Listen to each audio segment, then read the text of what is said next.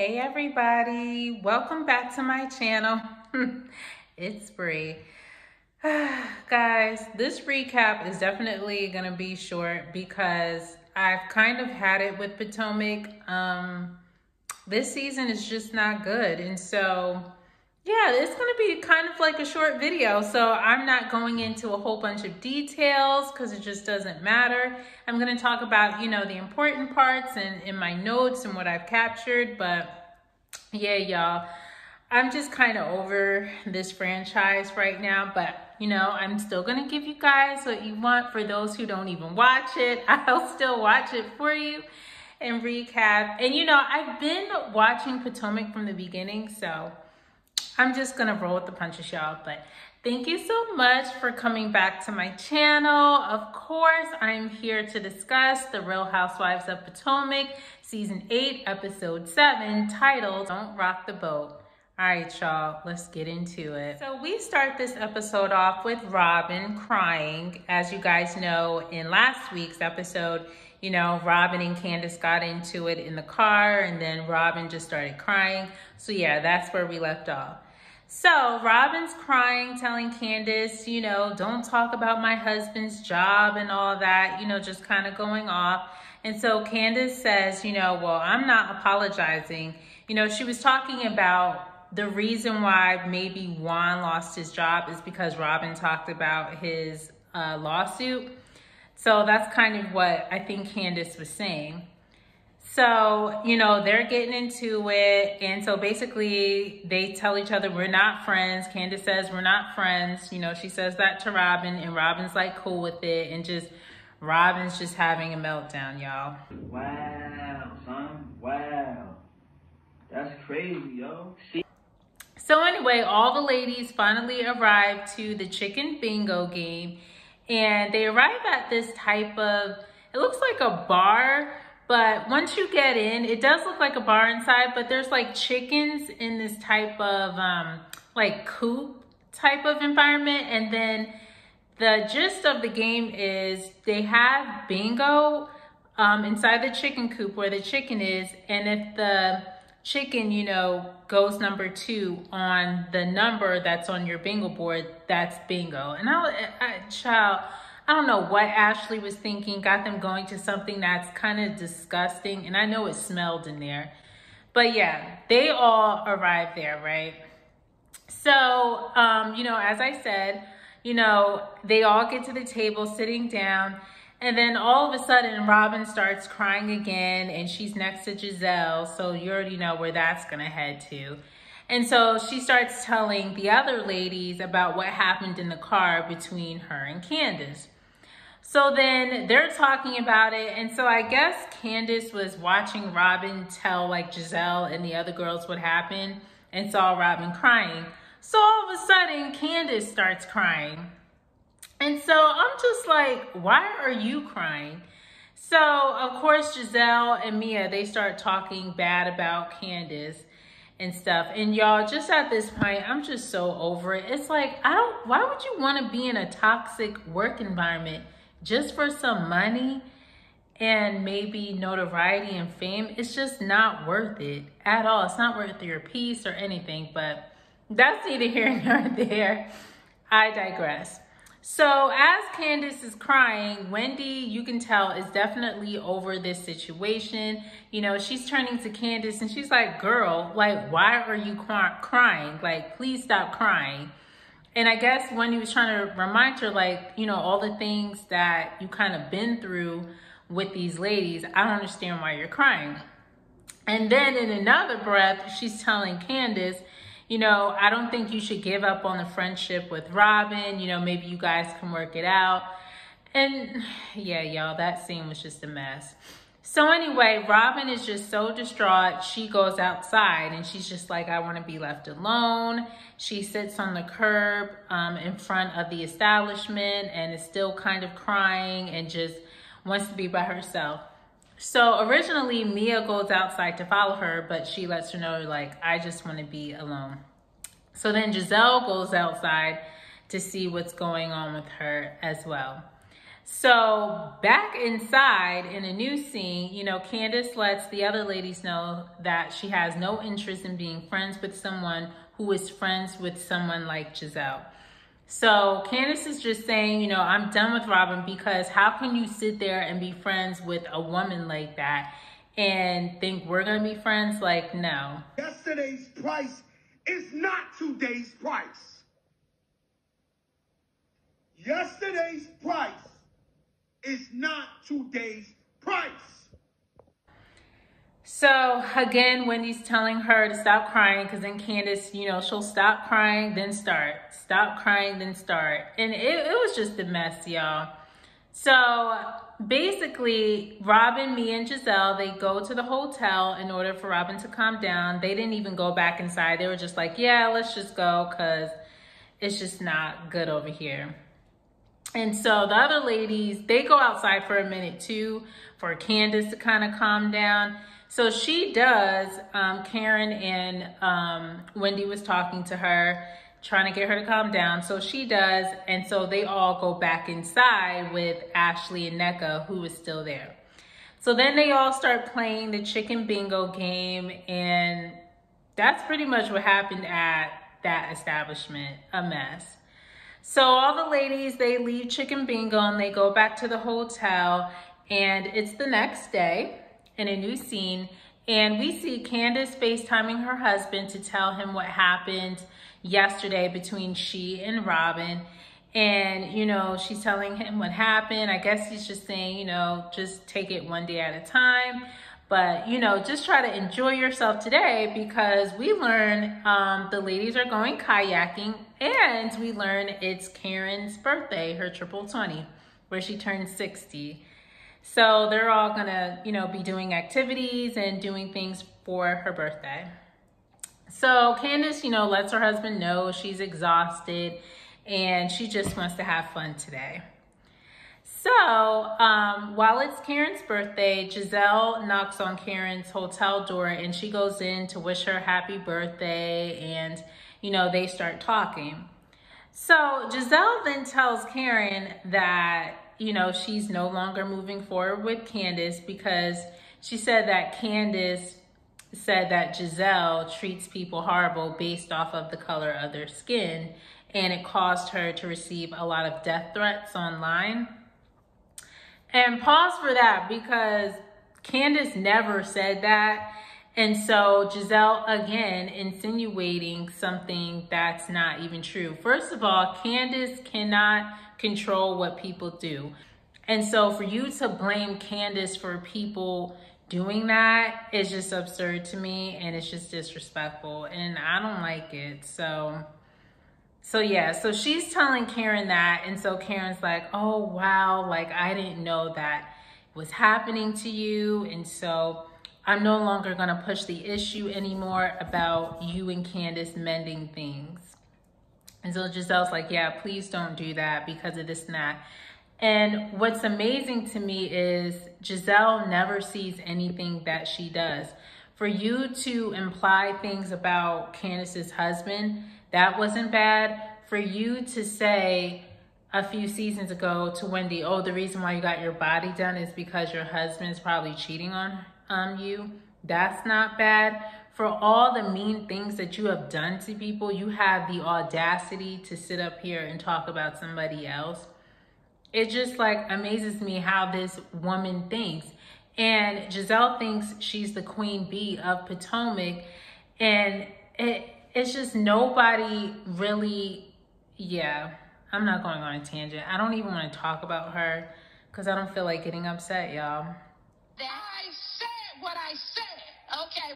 Anyway, so everybody gets dressed, you know, to go out kayaking. So they all get in the car and they arrive at, you know, I think it's a river or maybe a lakefront. I'm not too sure. But anyway, the ladies arrive to go kayaking. So some ladies, they group in pairs and they get in boats, and Karen and Candace decided, you know, to stay at the dock for a little bit and talk. So Candace tells Karen, she's like, you know, I want to talk to you about yesterday. And Karen says, Yeah, yesterday was bad. You know, it was just very painful to watch. And so they're talking about it, and Karen's being understanding. And so Candace thanks her, you know, for being there for her. So the ladies are having fun kayaking with each other. I'm trying to remember who were in pairs. Like Wendy, she kayaked by herself in a boat. Then Mia and NECA, they went kayaking in the same boat together. And then Giselle and Robin went in a boat together kayaking. So Giselle and Robin are still talking about Candace while they're kayaking. And Robin's like, yeah, I'm just completely done with her. I don't want to be friends with her because she's insinuating that Juan lost his job because of the lawsuit. And so, yeah.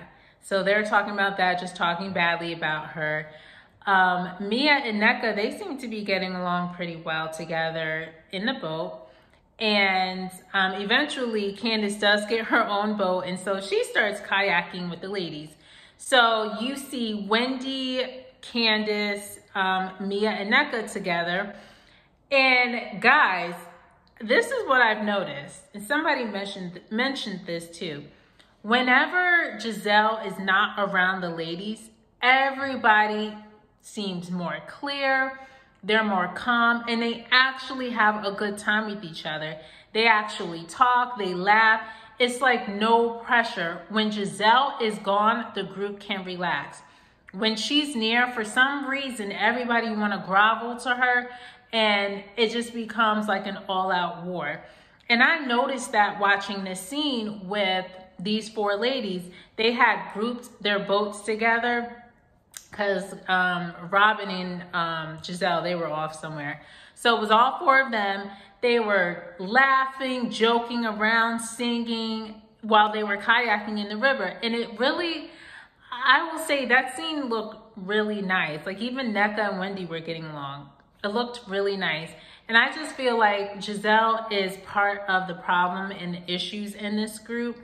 And there definitely needs to be a recast next season, or they may be put on hiatus, because I saw that the ratings went down last week, not this past Sunday, but the prior Sunday, that the ratings keep lowering. So Bravo's gonna have to do something because the fans are speaking out.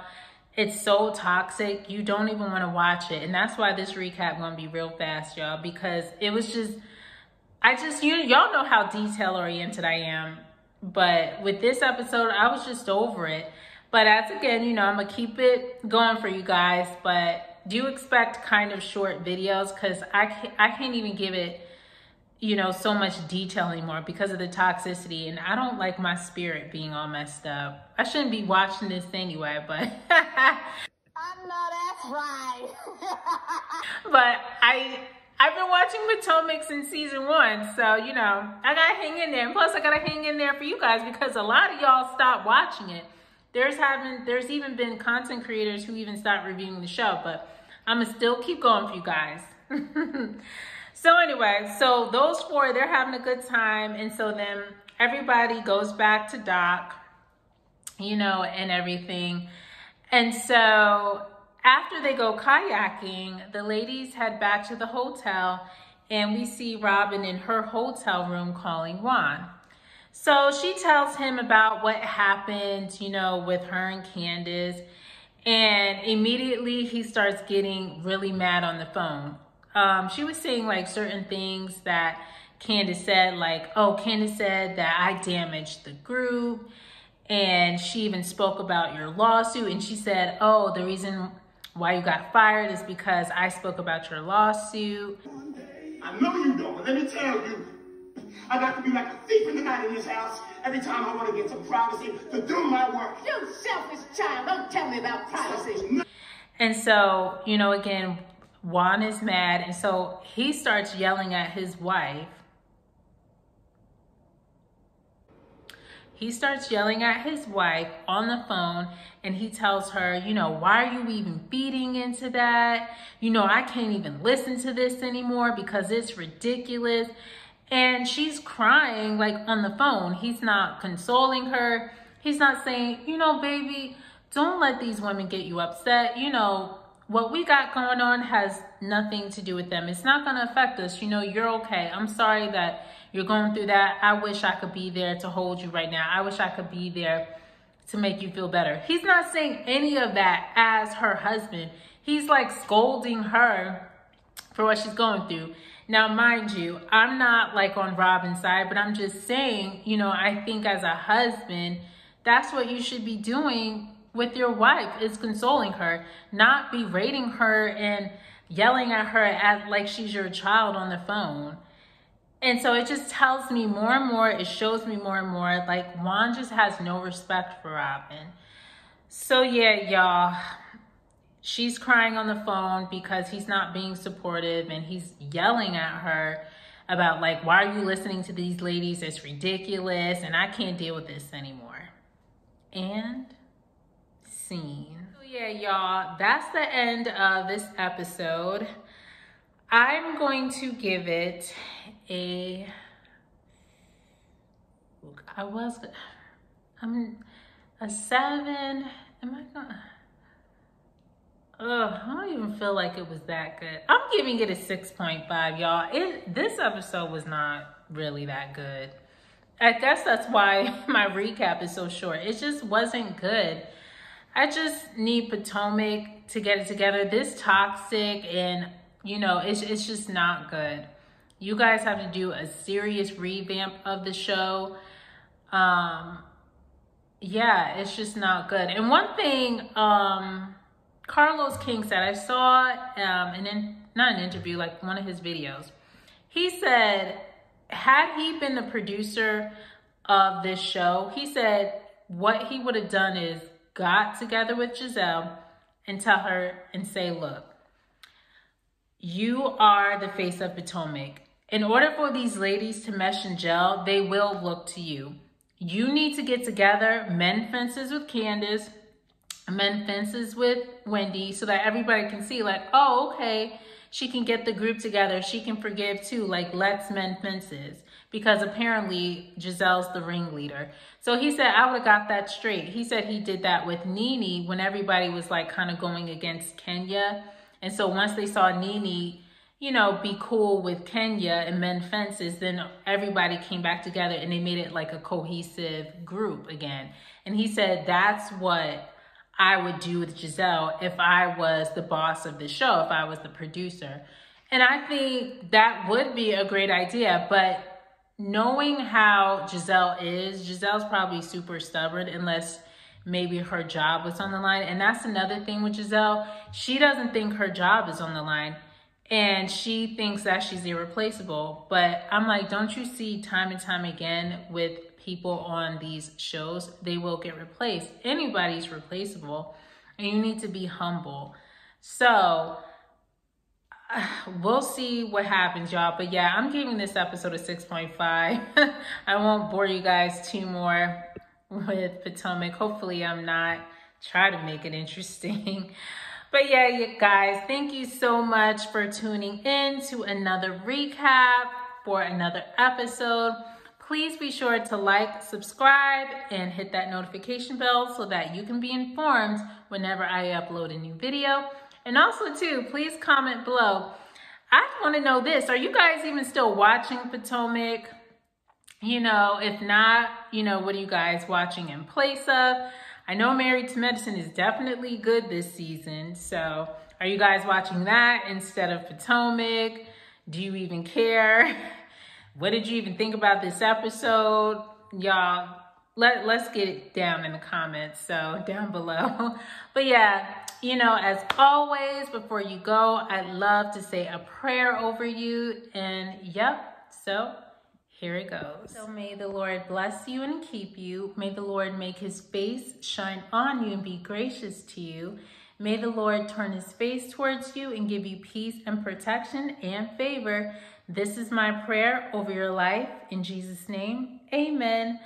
Thank you guys so much, and I'll see you in my next recap. And yeah, bye.